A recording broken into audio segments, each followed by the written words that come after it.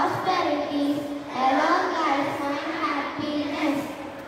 Abdul Kalam words, I am the best, I can do it, God is always with me, I am the winner, today is my day.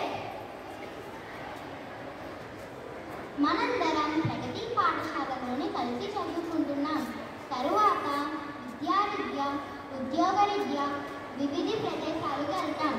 ఎంత ఎత్తు ఎదిగినా, ఎంత పెద్ద సింహాసనాన్ని అధిరోహించినా మనం చిన్నప్పుడు కలిసి చదువుకున్న స్నేహితులను మర్చిపోకూడదు.